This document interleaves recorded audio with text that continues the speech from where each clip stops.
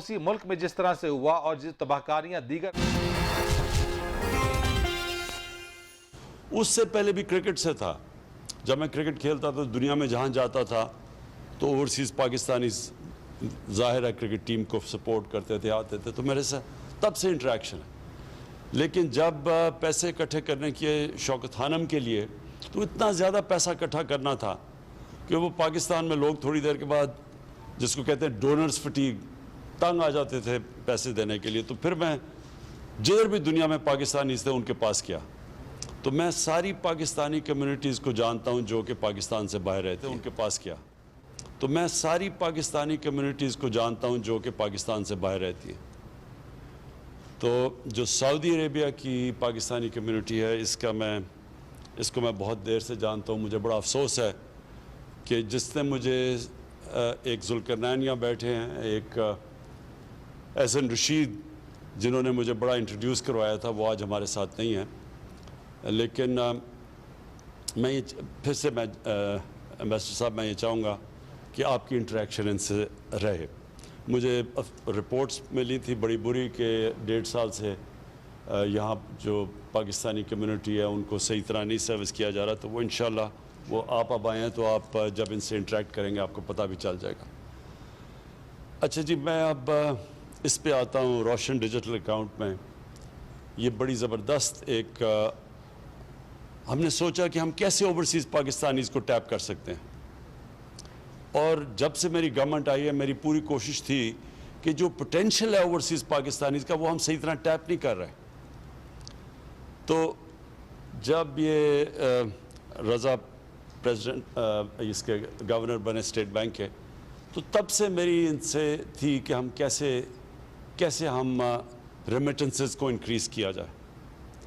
تو یہ جو ایک انہوں نے اس کے اوپر زور دیا اور یہ جو پش کیا روشن ڈیجیٹل اکاؤنٹ کا, ماشاءاللہ اس کا جو رزلٹ آیا ہے یہ ہم کوئی بھی اس وقت ایکسپیکٹ نہیں کر رہے تھے.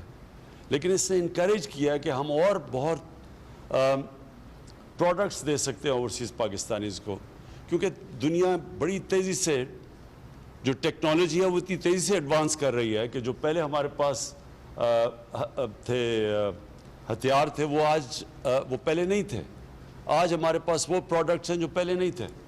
تو اس لیے میں یہ چاہوں گا کہ کانسٹنٹلی اور آپ کا بھی رضا انٹریکشن رہے اوورسیز پاکستانی سے, بلکہ آپ کے آئی ہوپ آپ کا ایک اسپیشل پورٹل بناؤ جو آپ کمیونیکیٹ کریں, کیونکہ آپ کو فیڈ بیک ملتی رہے گی کہ کیسے ہم 90 لاکھ اوورسیز پاکستانیز ہیں, ہم کیسے ان کو اپنے ملک کے لیے وہ جو اتنا بڑا جو پوٹینشیل ہے وہ کیسے اس کا پورا کر سکتے ہیں. یہ بہت بڑا اثاثہ ہے ہمارا, اور ابھی بھی میں سمجھتا ہوں کہ ہم اس کا فریکشن ٹیپ کر رہے ہیں. ابھی صرف وہ لوگوں کو اپنے ریمیٹنسز سے بھجواتے ہیں, ہم ان کو انویسٹمنٹ کے لیے ابھی تک پاکستان میں نہیں لا سکے, اور اس کی کئی وجوہات تھیں. لیکن جیسے جیسے ابھی آپ نے ایکسپلین کیا کہ ہماری اکانومی سٹیبلائز ہوئی, شروع میں ہم آئے تو بڑے حالات ایسے تھے کہ ہم لوگوں کو یہ نہیں بتا سکتے تھے کہ ہمارے ریزروز کا کیا حالات ہیں, کیونکہ اگر وہ لوگوں کو پتہ چل جاتے ہمیں ڈر تھا ہمارے روپے کے اوپر رن ہو جانا تھا. تو بڑا مشکل وقت تھا اس میں. آج کیونکہ میں سعودی عربیہ میں ہوں, میں خاص طور پہ سعودی عربیہ کی گورنمنٹ شیخ محمد کا ان کا خاص طور پہ شکریہ ادا کرنا چاہتا ہوں کہ بڑے مشکل وقت پہ انہوں نے ہمیں سپورٹ کیا. ہمارے ریزروز میں انہوں نے اگر اس وقت نہ سپورٹ کرتے اور انہوں نے ہمیں فیسلٹی بھی دی, اس کی ڈیفرڈ پیمنٹ آئل کی ڈیفرڈ پیمنٹس کی فیسلٹی بھی دی, تو وہ انہوں نے بڑے کرٹیکل ٹائم پہ انہوں نے بھی مدد کی, اور پھر یو اے ای نے انہوں نے بھی مدد کی. اور وہ کرٹیکل ٹائم پہ اگر ہمارے پاس پیسے یہ ریزروز میں نہ ہماری مدد کرتے تو ہم ڈیفالٹ کر گئے تھے, اور ڈیفالٹ کرتے تو پھر اس کے بڑے سیویئر کانسیکوینسز ہیں. ایک ملک ڈیفالٹ کر جائے بڑی دیر لگتی ہے اس کو ریکور کرنے میں. تو اللہ کا کرم ہے کہ ہم نے وہ سٹیبلائز کی اکانومی, اور پھر کووڈ کے باوجود, کیونکہ آج آپ دنیا کے اندر دیکھیں جو کووڈ نے اکانومیز کو ڈسٹروائے کیا ہے, جو ہم تو پہلے بڑی فریجائل سٹیٹ میں تھے, لیکن وہ اکانومیز جو دنیا کی طاقتور اکانومیز ہیں اگر آج دیکھیں تو کووڈ نے کس طرح کی ڈیوسٹیشن، کس طرح کی تباہی مچائی انہوں نے اکانومی میں. ہمارے ساتھ دیکھ لیں ہندوستان کو، جو ہندوستان کے حالات ہیں، جو ابھی تو خیر بڑا افسوس سے ہمیں کہنا پڑتا ہے کہ بڑی تیزی سے ان کے جو تھرڈ پیک ہے ہماری بھی ملک میں جا رہی ہے اوپر، لیکن جو ہندوستان میں تباہی مچا رہی ہے، اس سے پہلے بھی جو انہوں نے لاک ڈاؤن کیا تھا اس کی وجہ سے جو اکانومی کو نقصان تھا، وہ اللہ کا شکر ہے کہ ہم نے پاکستان کو بچا لیا اس سے. ہمارا وہ چند ملکوں میں سے ہے ہمارا ملک جو کووڈ کے اندر ہم نے بڑی مشکلوں سے نیویگیٹ کیا. ایک طرف بچانا تھا اپنے لوگوں کو کرونا سے، لیکن دوسری طرف اکانومی کو اور لائیولی ہوڈس کو بھی بچا گئے. اور اس سے ہم وہ ملک ہیں جس نے اپنے ملک کو نکال لیا. اور جبکہ اور ہمارے نیبرز کی ایکسپورٹس گر رہی تھیں، پاکستان کی ایکسپورٹس بڑھنی شروع ہو گئی اور ہماری اکانومی اوپر جانا شروع ہو گئی. تو آج بڑے جو سائنز ہیں ہماری اکانومی کے وہ بڑے خوشائن ہیں. ہماری پاکستان کی کنسٹرکشن انڈسٹری بڑی تیزی سے اوپر جا رہی ہے اور اس میں سب سے زیادہ نوکریاں کنسٹرکشن میں دیتی ہیں. ہمارا جو ہاؤسنگ ہے، لو کاسٹ ہاؤسنگ، وہ ہمارا بہت بڑا پروگرام ہے. تھوڑا سلو گیا ہے کیونکہ ابھی تک ہمارے ملک میں بینکس کو عادت ہی نہیں ہے چھوٹے قرضے دینے کی، غریب لوگوں کو قرض دینے کے لیے. ہاؤسنگ فائنانس کے کوئی کانسیپٹ ہی نہیں تھا پاکستان میں. تو یہ ساری چیزیں اب آہستہ آہستہ ہم انفولڈ کر رہے ہیں. بینکس بھی ٹرین کر رہے ہیں اپنے سٹاف کو، اسٹیٹ بینک پوری مدد کر رہا ہے ان کی، کس طرح ہم ان کو سستے قرضے دیں. اور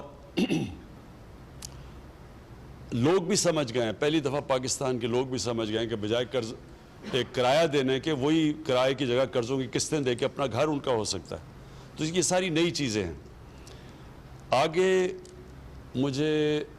میں ویسے ہوئی آپٹیمسٹ، لیکن جو مجھے اب نظر آ رہا ہے اتنے مشکل وقت سے جو ہم نکلے ہیں، مجھے آگے بڑا اچھا ٹائم نظر آ رہا ہے. اور اس کے اندر جو اب آگے جو پاکستان کی جو پراسپیرٹی ہے، جو خوشحالی ہے، اس میں اوورسیز پاکستانیز کا بہت بڑا رول دیکھ رہا ہوں. اور میں اس لیے کہا کہ چاہیے تو تھا کہ میں آپ سے اور تھوڑے ذرا لمبا انٹریکشن کرتا، جو آج میں نہیں کر سکتا. لیکن میں نے جنرل بلال آپ کو اور پھر آپ کو رضا اپنے ویب سائٹ کے ذریعے، انٹریکٹیو ویب سائٹ کے ذریعے آپ پلیز، آپ کو زبردست فیڈ بیک آئے گی.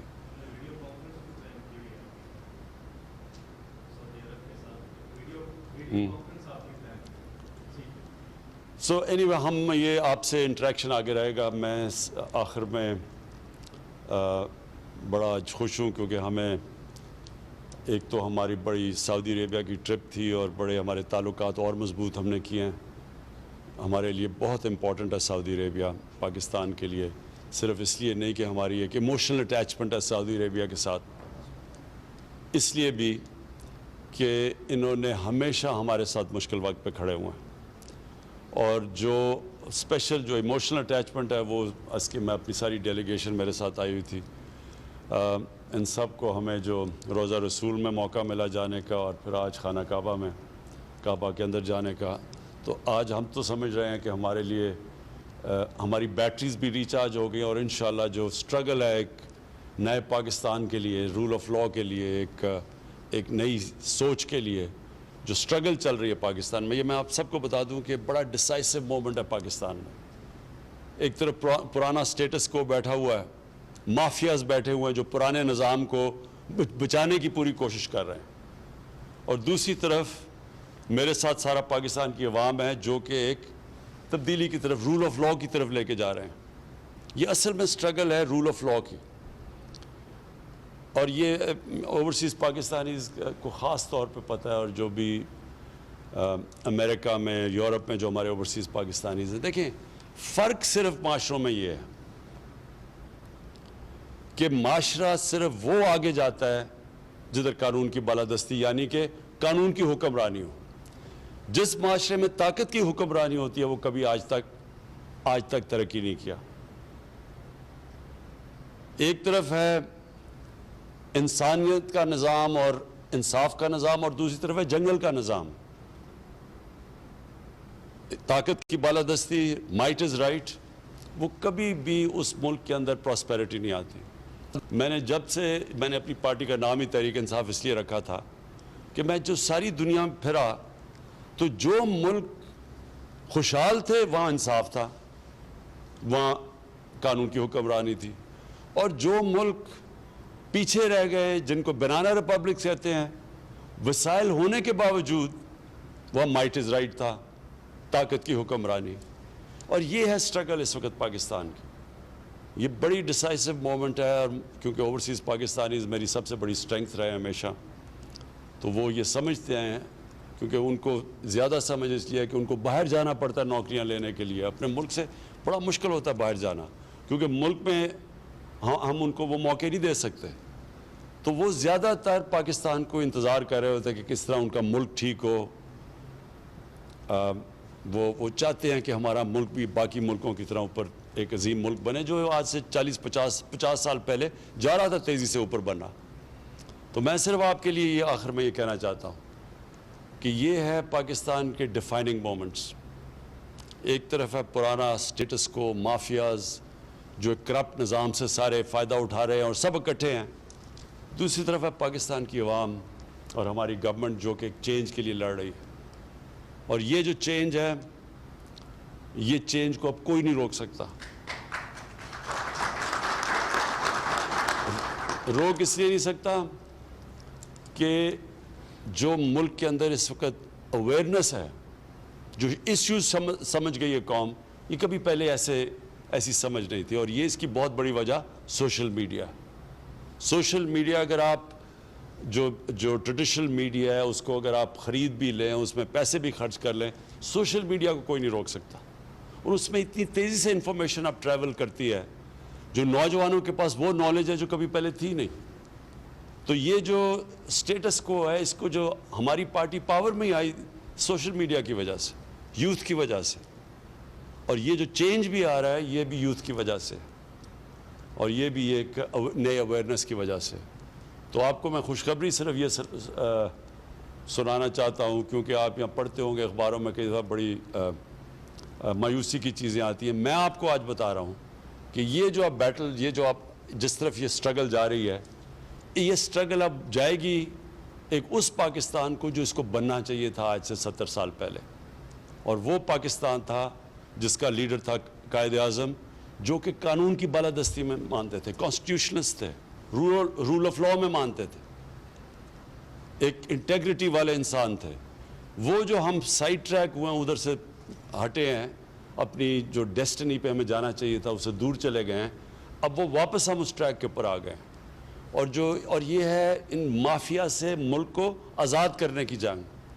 اور جو آزادی کی جنگ ہوتی ہے وہ ہمیشہ تھوڑا ٹائم لیتی ہے، لیکن انشاءاللہ جس طرف اب پاکستان نکل گیا ہے، آپ کو میں خوشخبری یہ دینا چاہتا ہوں.